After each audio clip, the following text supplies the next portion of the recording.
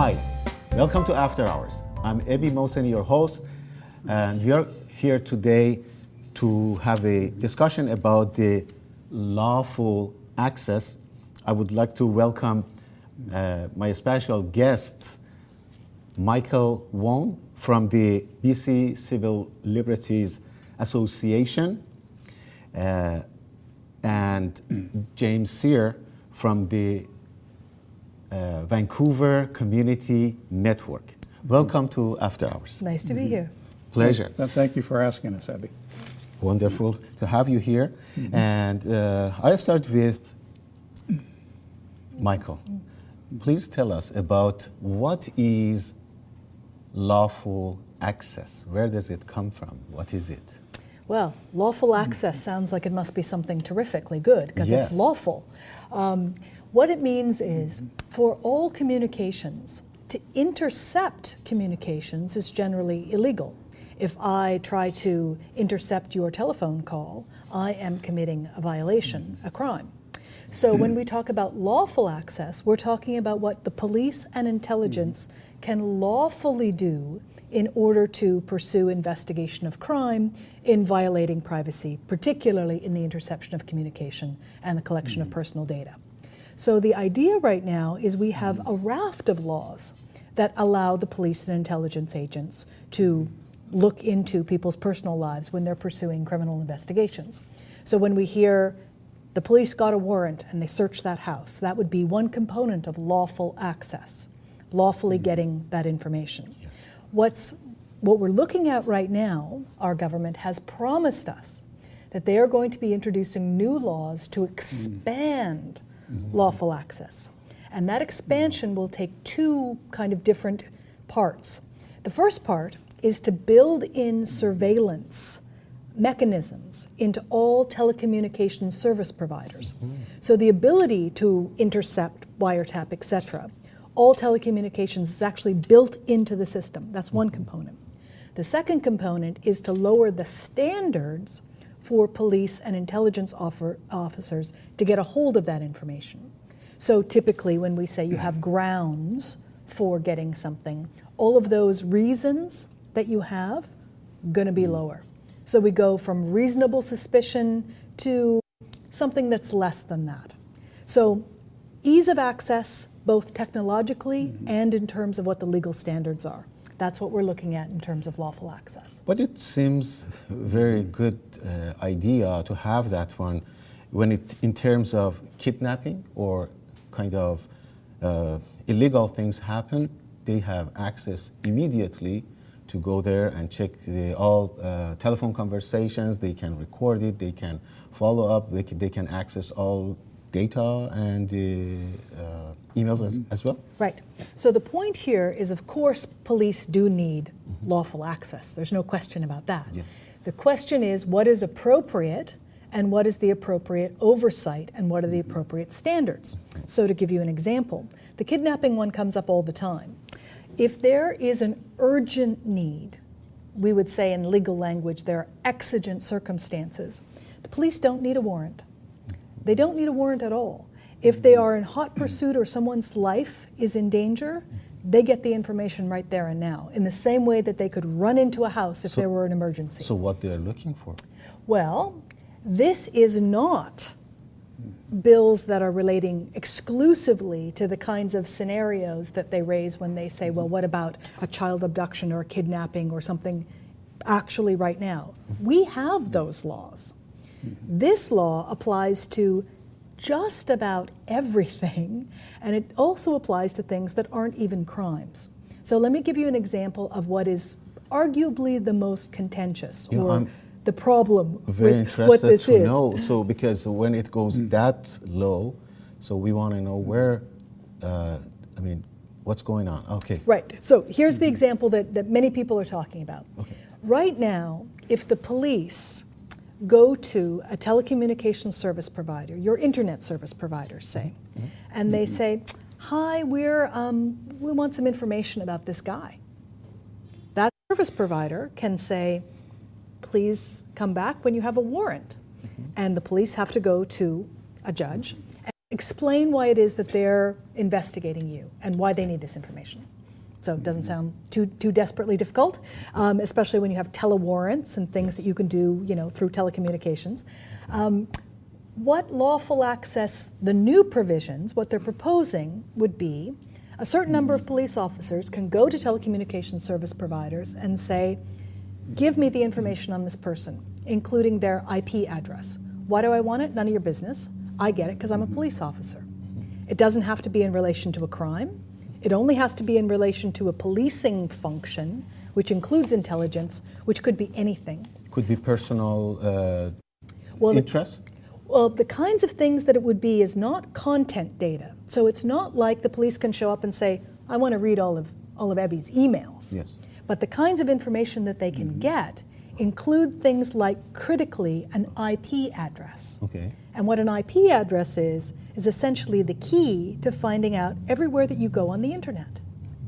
So it's kind of like saying, and the government is saying, well, that's not even personal information. Police should be able to get that just because they say they want it. Yes. Because it's just a number, after all, it's not personal information.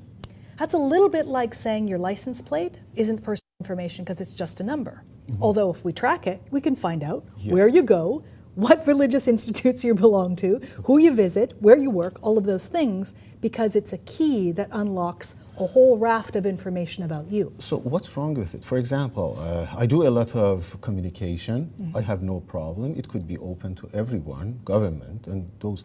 What's wrong? What can go wrong? Well, a bunch of things can go wrong.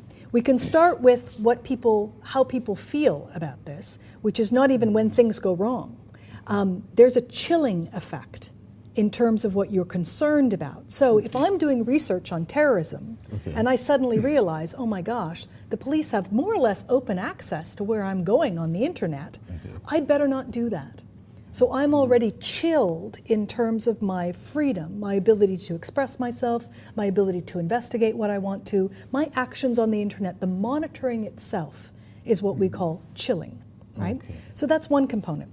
The next component is, in terms of what can go wrong, the police are very, very fond of saying, we need these new laws and powers so we can go after the bad guys, right? Well, of course, the net of who they're going to be capturing is way more than the bad guys. Yes, it's everyone there. It's everyone. And what do we know about what the police are now getting increasingly interested in that should concern us? Well, we just had the biggest undercover operation in Canadian history that occurred with the demonstrators for the G20 and the Olympics. Yes. Biggest undercover operation. Who are those people? Well, your neighbors and your librarian and the people who take care of your children and the construction worker at your house. They're people who were concerned about political issues. Do you call them activists? Or? Activists, or many of them wouldn't self-identify as activists. They're people who wanted to make a statement, a political statement, make a statement about what was happening in their communities. Or express themselves personally. Exactly. They're not connected to any terrorism groups. No, certainly not. And so these are the threat individual. To the ordinary people. Absolutely, the ordinary people. And let me unpack it a little more. Not only is it the demonstrators, but we know that there has been for over half a decade very intense surveillance of First Nations and First Nations activists and people who are promoting the rights of First Nations people. Environmentalists, you have to know, are getting on the radar of people who are being of concern to the government. So the capture, the people who are now, should have some notion that the government is watching them, because we've heard it time and time again. These are not bad guys. These are people trying to express their concerns about something the government is doing, their concerns about what's happening in their communities. So that's one aspect again. Now I'm going to go to a third piece in answer to your question about what else can go wrong. Before don't forget the third one you want to say. You mentioned about the environmentalists. You're talking about scientists. I'm talking about scientists or activists or community. You mean the scientists are stopped and they are not allowed to talk for themselves? And protecting environment, is that the... No, that's a different component. Okay. What I meant is environmentalists are now increasingly concerned, and with some reason, that they are being surveyed. Yes. Yes. Okay. And the third component of what can go wrong is exactly what we see in terms of our national security problems writ large, ever since 9/11 and well before, which is you are a completely innocent person, but due to the things that you do, you fit a profile that attracts police attention. You are now on the radar. So people on blacklists of all kinds, no-fly lists, person of interest lists, etc., not all of them are bad guys.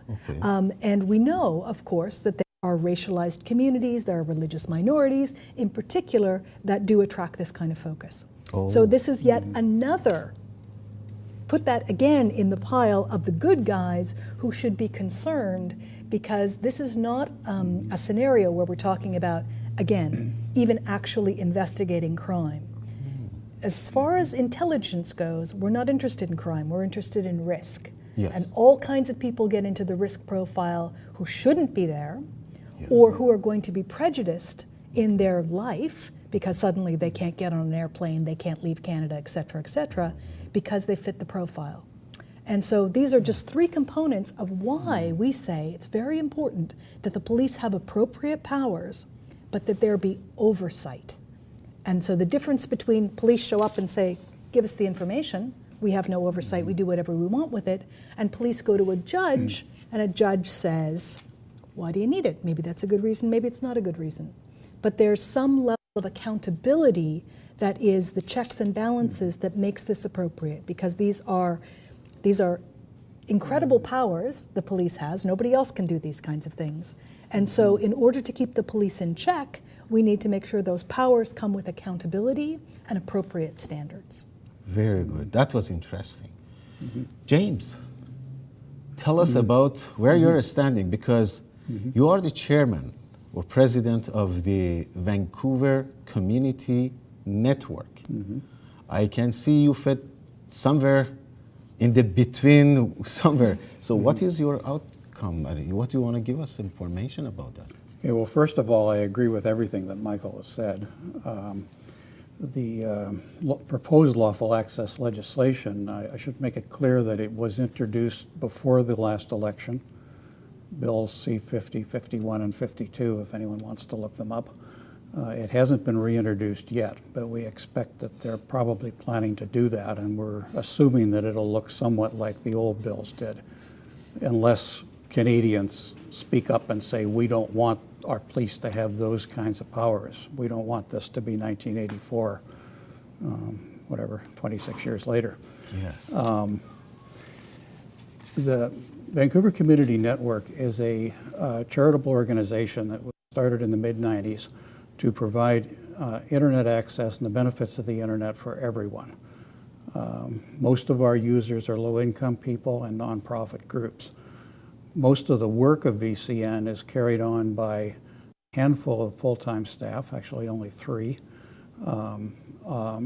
a large number of plus some specialized staff, 40 volunteers who provide up to 8,000 hours of time a year for free because they believe in the objectives of the VCN. We believe the information highway should be like the public streets, that everyone should be able to use them. They shouldn't have to pay for it if they can't afford to.